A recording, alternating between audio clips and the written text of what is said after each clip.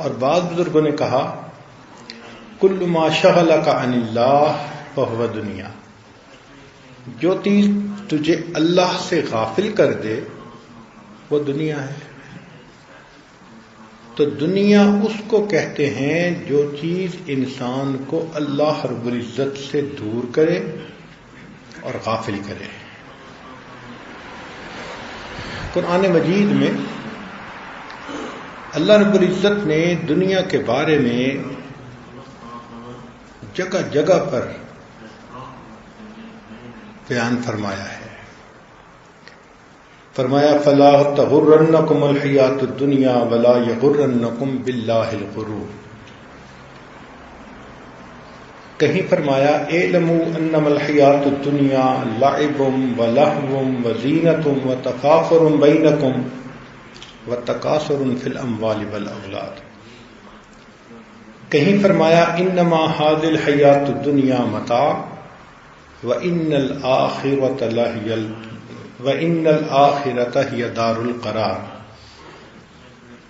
ایک جگہ فرمایا قل متاع الدنیا قلیل والآخرۃ خیر لمن اتقی، اور جو دنیا کا طلبگار ہو اس کی صحبت میں رہنے سے بھی منع کر دیا۔ فأعرض عمن تولى عن ذکرنا ولم يرد الا الحیات الدنیا۔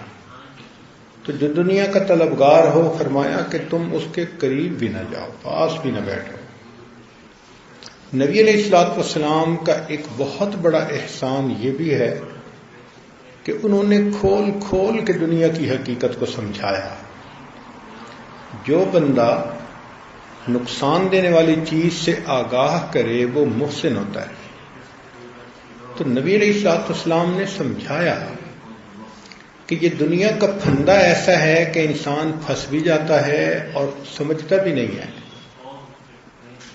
حلوبۃ خضرۃ، نبی علیہ السلام نے دو لفظوں میں بات سمجھائی کہ یہ دنیا بڑی میٹھی اور بڑی سرسبز ہے، دل نہیں بھرتا بندے کا اس سے۔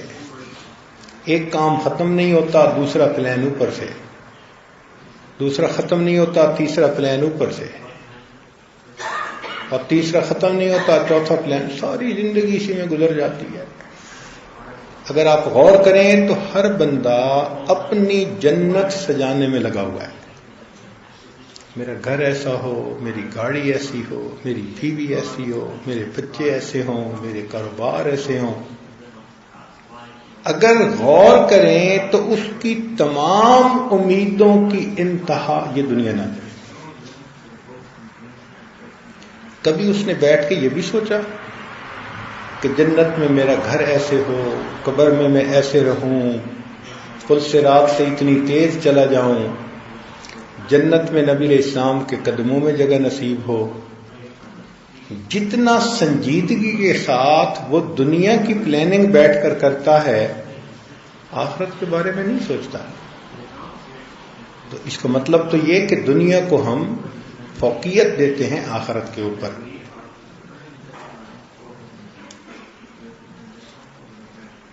نبی علیہ الصلوۃ والسلام نے ارشاد فرمایا ان اللہ تعالی لما خلق الدنیا نظر الیہا ثم اعرض عنہا۔ جب اللہ تعالیٰ نے دنیا کو پیدا کیا تو ایک نظر ڈالی پھر نظر ہٹا لی، ثم قال پھر فرمایا وعزتی، مجھے اپنی عزت کی قسم، لا انزلتک الا فی شرار خلقی، مجھے اپنی عزت کی قسم میں نہیں بھیجوں گا مگر تجھے ان میں جو سب سے شریر انسان ہوں گے۔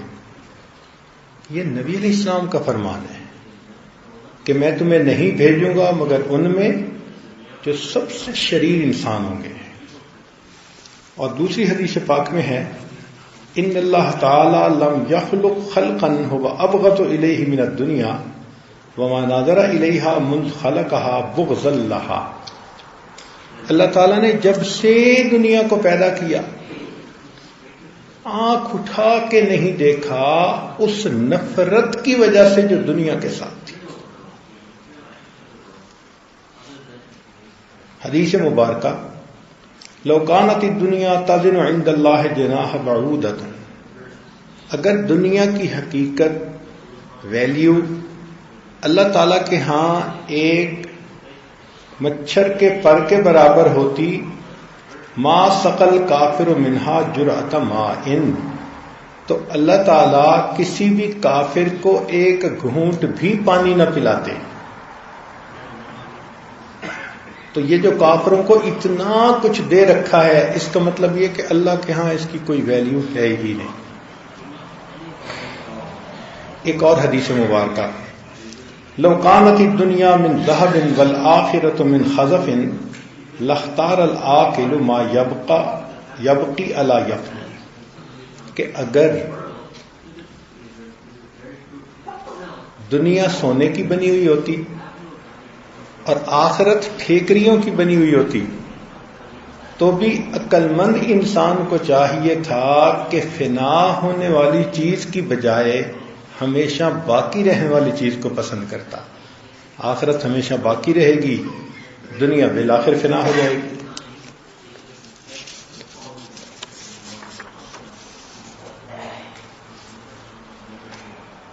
ایک حدیث مبارکہ، من احب الدنیا اضر بآخرتہ ومن احب آخرتہ اضر بدنیا، جو دنیا سے محبت کرتا ہے اپنی آخرت خراب کر لیتا ہے، جو آخرت کے محبت کرتا ہے اس کو دنیا کی قربانی دینی پڑتی ہے۔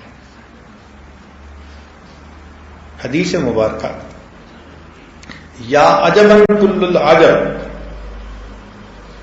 لمصدق بدار الخلود وهو یسعی بدار الغرور، کتنے تعجب کی بات ہے اس بندے پر جو آخرت کی تصدیق کرتا ہے اور پھر غرور والے گھر کے پیچھے بھاگتا پھر رہا ہے۔ حدیث مبارکہ، یا عجبا لمن یطلب الدنیا والموت یطلبہ، کتنی عجیب بات ہے کہ انسان دنیا کی طلب میں ہوتا ہے اور موت اس انسان کی طلب میں ہوتی ہے۔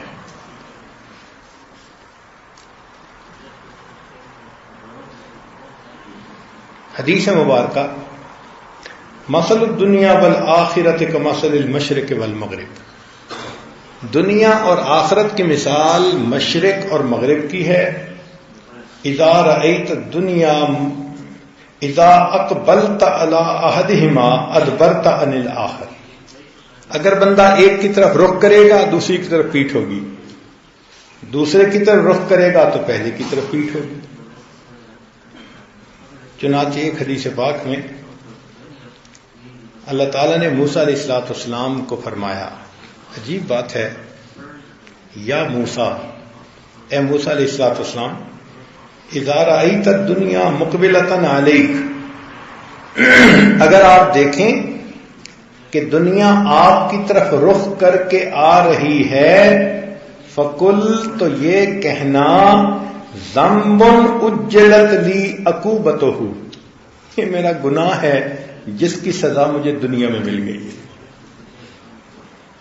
جب تو دیکھے کہ دنیا تیری طرف رخ کر کے آ رہی ہے تو سمجھ لینا کہ میرا یہ گناہ ہے جس کی عقوبت مجھے دنیا میں ہی مل رہی ہے۔ تو یہ تو احادیث تھیں۔ آئیے صحابہ رضی اللہ عنہم کے تاثرات سنیے دنیا کے بارے میں، جنہوں نے دنیا کی حقیقت کو سمجھ لیا۔ ابوبکر صدیق رضی اللہ عنہ نے سلمان فارسی رضی اللہ عنہ کو نصیحت کی کہ ان فتحت علیکم الدنیا فلا تأخذن الا بلاغا، کہ اگر تمہارے اوپر دنیا کے دروازے کھل جائیں تو بھی ضرورت سے زیادہ تم دنیا سے حاصل مت کرنا۔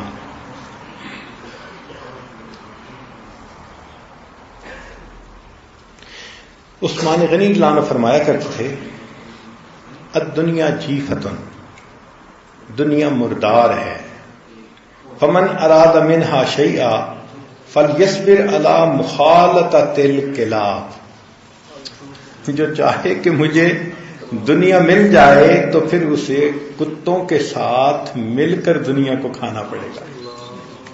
چونکہ نبی علیہ السلام نے فرمایا الدنیا جیفتن و طالبوہا کلاب، کہ دنیا مردار ہے اور اس کا طلبگار وہ کتا ہے. یہ نبی علیہ السلام نے فرمایا.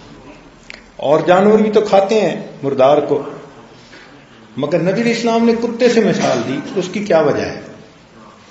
اس کی ایک خاص وجہ ہے کہ جہاں کہیں کوئی مردار ہو اور کتا اس کو دیکھ لے تو وہ باقی لوگوں کو قریب نہیں آنے دیتا، وہ اکیلا کھانا چاہتا ہے. حالانکہ گدھ ہیں کئی کھاتے ہیں، کوے ہیں کئی مل کے کھاتے ہیں، مگر کتے کی یہ عادت ہے کہ وہ سارے مردار کو اکیلا کھانا چاہتا ہے. کوئی اور آئے گا اس سے لڑے گا تو اکیلا کھائے گا. اور واقعی جو دنیا کا طلبگار ہوتا ہے وہ بھی سارا اکیلا سمیٹنا چاہتا ہے. چنانچہ دو پارٹنر ہوتے ہیں اور 4 سال بعد پتہ چلتا ہے کہ ان میں سے ایک نے سب کچھ سمیٹ کے ادھر کر دیا. جو صفت ادھر بتائی گئی وہی ادھر. اچھا، پھر باقی جانور دن میں تو مردے کے پاس ہوتے ہیں، رات کو اپنے گھونسلوں پہ چلے جاتے ہیں. گدے بھی چلی جاتی ہیں، کوے بھی چلے جاتے ہیں، مگر کتا نہیں جاتا. وہ سارا دن اسی مردار کو کھاتا ہے اور رات اس کا بیٹھ کے پہرا دیتا ہے. اور جو دنیا کا طلبگار وہ بھی اسی طرح کہ سارا دن یہ دکان کے اندر اور رات ہوئی تو دکان اس کے اندر.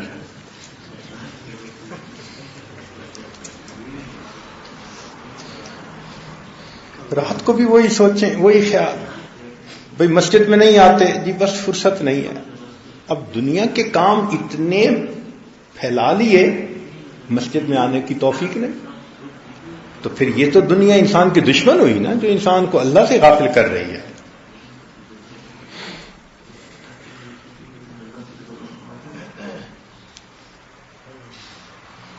اور ایک اور بات کہ کتے کی مثال دینے میں ایک حکمت یہ بھی تھی کہ اگر مردار کو کتا کھا رہا ہو اور اس کتے کو کوئی مارے تو دوسرے کتے عبرت نہیں پکڑتے، وہ آ کے پھر اس مردار کو کھانا شروع کر دیتے ہیں. تو چونکہ کتا عبرت نہیں پکڑتا، جو دنیا کا طلبگار ہوتا ہے اپنی آنکھوں کے سامنے دنیا دار کو اس دنیا سے ذلیل ہوتے جاتے دیکھتا ہے، پھر دنیا کے پیچھے پڑا ہوتا ہے. دیکھتا ہے کہ اس کا انجام برا ہوا، پھر خود بھی دنیا کے پیچھے. تو دیکھیے نبی علیہ الصلوۃ والسلام کی بات میں کیا حکمت تھی. فرمایا کہ دنیا مردار ہے اور اس کا طلبگار اس کی مثال کتے کی مانند ہے.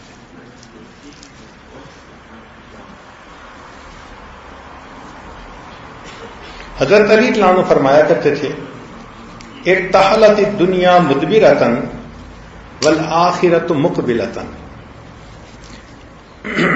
کہ دنیا جئی پیٹھ کر کے اور آخرت آ رہی ہے اپنا رخ کر کے.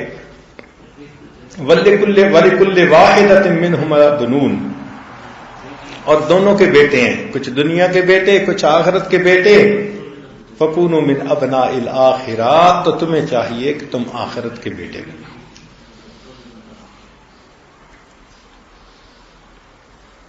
اس لیے وہ فرماتے تھے، یا صفرا یا بیضا غر غیری، اے سونا اے چاندی میرے غیر کو دھوکہ دے، میں تیرے دھوکے میں آنے والا نہیں ہوں.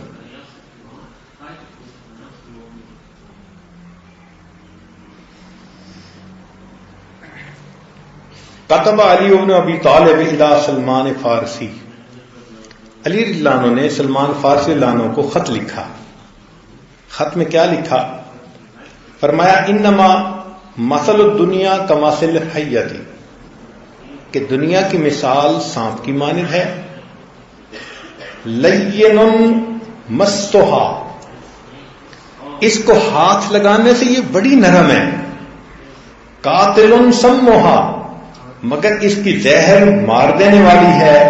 فاعرض عنھا، اس لیے تو ذرا بچ کے رہنا.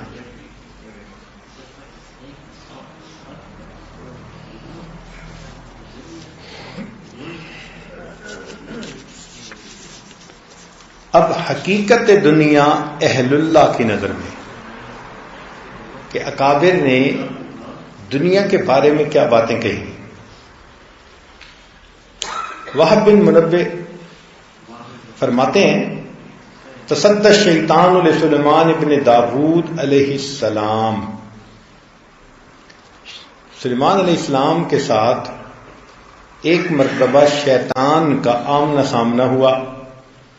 فقال سلیمان علیہ السلام نے فرمایا ما انت صانع بامت محمد صلی اللہ علیہ وسلم اذا انت ادرکتہم. ہو بدبخت، اگر تو نبی علیہ السلام کی امت کو پائے گا تو کیا کرے گا اس امت کے ساتھ؟ فقال کہنے لگا ازین لهم الدنیا حتی یکون الدینار والدرہم اشہا الی احدہم من شہادت اللہ الہ الا اللہ. میں اتنا دنیا کو مزین کر کے پیش کروں گا کہ ان میں سے ایسے بھی لوگ ہوں گے کہ جو کلمہ پڑھنے کی نسبت مال و دولت کے حاصل کرنے کو پسند کریں.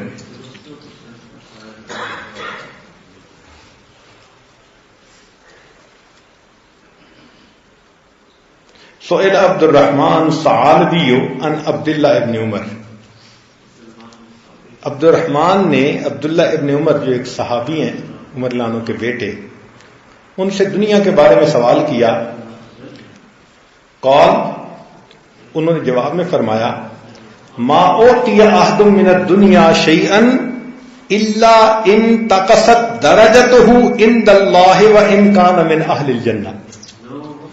عبداللہ ابن عمر اللہ نے فرماتے ہیں کہ اگر کسی بندے کو دنیا میں سے کوئی چیز ملے تو اس کے آخرت کے درجے میں لازماً کمی ہوتی ہے، اگرچہ وہ جنت میں جانے والا کیوں نہ ہو.